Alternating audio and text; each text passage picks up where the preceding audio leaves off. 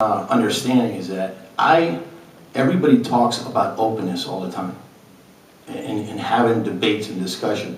People come here, these gentlemen have come here numerous times. Why isn't anything discussed? Why is it always the backroom discussion? And I don't want to partake in that. I've told all of you, I would prefer to have the debate and the discussion, honest, open debate, in front of everybody. Let them hear what's going on. There's nothing wrong with open government. I don't prefer to do the backroom phone calls and you know, someone's posturing this way, someone's posturing this way. I would prefer to have it out in open, Mr. Reynolds. And I agree with you. I 100% agree with you. I am passionate about things. And I don't have a problem discussing it and debating it in open forum in front of the public. That's what we should be doing. That's what we're here for. It's not, we're not supposed to have all these discussions back phone calls, and then come here and everybody votes 7-0. You know, it's like all the discussion's already done with. Why not? What's wrong? Why are you afraid? Why are people afraid to have the discussion here? And you know, I agree with you. Sometimes I've probably gotten a little bit more passionate than I should have. But you know, you had told Ms. Ritter that you had a problem with her taking $3,000 from an economic development interest. And I just found that bizarre, especially with the amount of money that you've taken over the years. You know, and that's all. I'm not trying to attack you personally, and I apologize sincerely if you're taken that way. I just found it hypocritical. And one thing you'll know about me, I am a straight shooter. There's, I had a reporter tell me, boy, there's no misjudging where you come from. And that's true. I'm Irish. And I grew up with 4 brothers. If you didn't debate, you weren't eating, right? So I apologize for my passion, and if it seemed to some of you that I've been angry, I'm not angry. I'm passionate about things. And I prefer to have the discussions in an open forum so all the citizens on TV can hear us.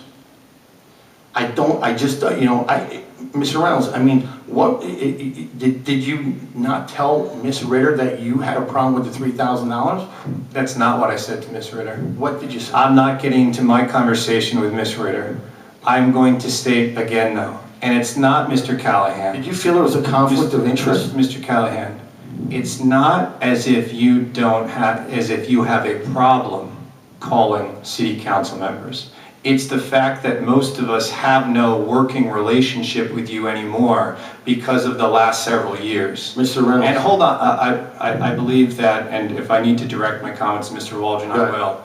No, I don't mind the debate. Over the last several years, there is not a working relationship with most members of City Council and yourself. And I can tell you that Dr. Van Wert saw me last week at the housing thing and said she had some questions about Ms. Ritter's thing. We didn't really talk about it. I didn't really have any conversations with her. Mr. Groen would tell you, I never had a conversation with her. Mr. Cologne would tell you, I never had a conversation with him. But your frustration is the fact that you think people are going to come in here and listen to your opinion, when the way to have conversations with people, the way to persuade them, is to have a working, positive relationship with them. And that is something, and I will not go into the last couple of times that we had any conversations, because one of them was after I and the rest of the council voted for Dr. Van Wert, and you had called me a couple of names in front of council members. One of them is now in Washington, D.C.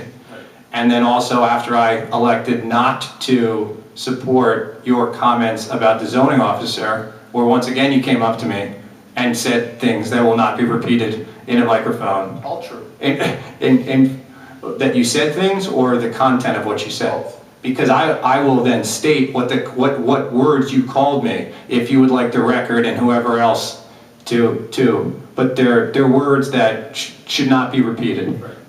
And that's a personal conversation too between you. So a personal conversation between you and me was you being very angry being very unprofessional. I'll explain my comments in a second. And to me, because you were frustrated that we were voting for Dr. Van Wert and I wasn't willing to go along with that. And then there's a surprise from you that in the future, that somehow if I have a question and I'm wondering where Mr. Callahan is, I choose not to call him on the phone and talk to him about it. As do I.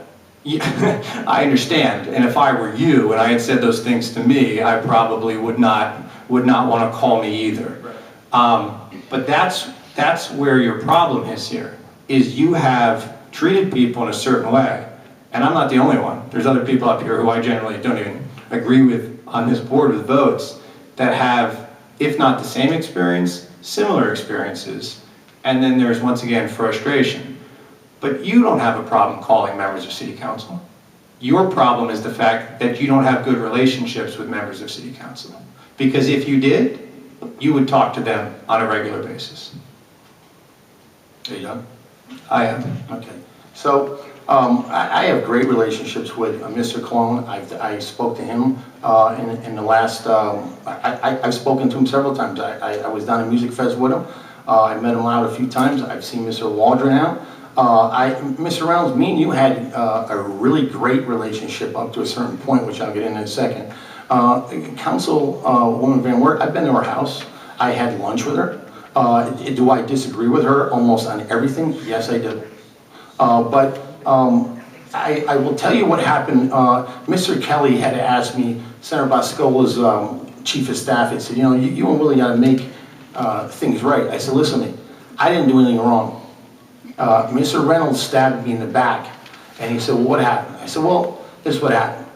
Prior to Miss Van Wert running, you were adamantly against her. You didn't want nothing to do with her, and you called her some names, okay, which I won't repeat, all right? But I'm going to say this to you. Which is not true. It's true, all right? So I'm going to tell you something. You were diametrically opposed to her running and did everything you could in the back channels. When she lost and was going to run for the next election, which was your cycle, you didn't want her in your cycle because you were afraid that if she beat you or got more votes than you, that it wouldn't look good on your part. So you went to Councilman Martell and Cologne and had a discussion, and you got... Order. Excuse me, Point of order, Mr. Burke, Excuse me. you're not allowed to, according to Robert's rules, attribute motives to people. Am I correct? Yeah. Okay. All right. Can we please not do that? All right. So, anyways, you then you finagled her to get the vote. You're doing the thing. All right. So I'll stop. I don't think it's helping. All right. So, anyways, and the ironic thing was that she didn't run in that cycle. She ran in your cycle, which is very. I thought it was very not only funny, but it was also you know, karma coming back at you. And because you did that and you didn't keep it, when I got elected to council, you said to me, hey, we got to hang together so we're a voting bloc. And I said, no problem, I'll be with you on everything as long as you keep me in the loop and you don't ever lie to me. And when you lied to me and stuck it in my back, that's when I stopped having a discussion with you because I'm a man of principle. And if you don't agree with that, then you know, I don't know what to say. But I had many discussions with you. I have discussions with 3-4 people on council. I don't have them with you. And that's because of, you know, that's the reason why. So if you have more comments to add, I'll be happy to. But Mr. Reynolds, I have made comments at you personally out of this chamber that we were in an argument. You said things to me, I said things back to you. And if you took offense, I apologize. But you, in my eyes, did something that I thought was, you know, unethical. And it offended me, so I apologize.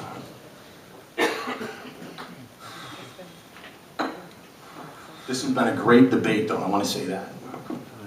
And I welcome the discussion. I did want to add one thing personally as a reference to Ms. Ritter, who is the topic of conversation, is not here to defend herself this evening. In my conversations with every person on council, because as far as I know, I'm the only one who did reach out and speak to everyone on council to get their vote and get their opinion on Ms. Ritter. No one accused her of being unethical. That was not an accusation that I heard from anyone. That word didn't come up.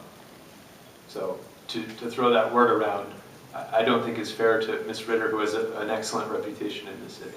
I agree, and Ms. Ritter, I hope is going to be coming to the next council meeting and just, discussing how she feels about it. And she obviously wants to continue to serve the city of Bethlehem. I just think that these were her words, that she felt like she was being strong-armed. And I just advise her again to call the mayor, the solicitor, and the chairman of the zoning board. So that's it. Understood. I can appreciate that you feel that this was an excellent debate, but I get the sense that it wasn't very productive to relationships on council, nor was it helpful to anyone in the room. So I hope that we can avoid some of this unpleasantness in the future.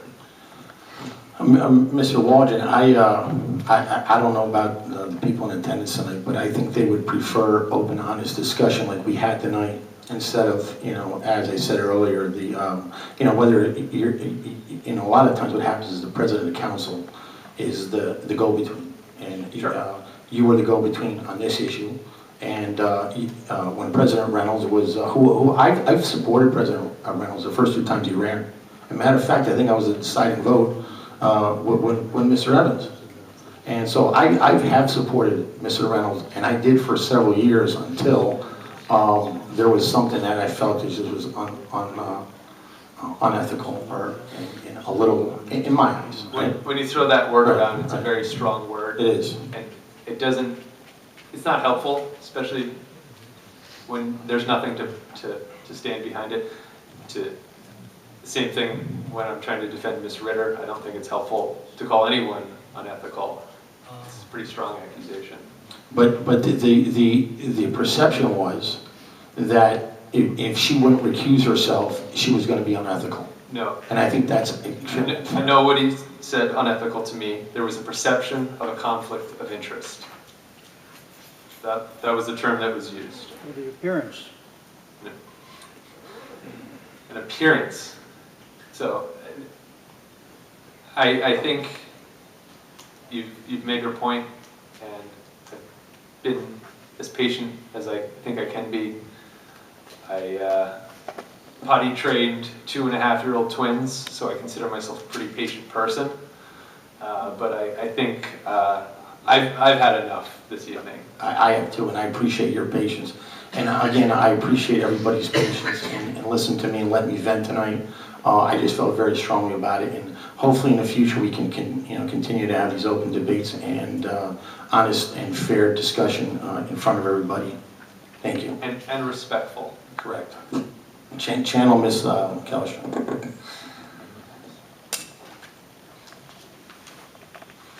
This meeting is adjourned.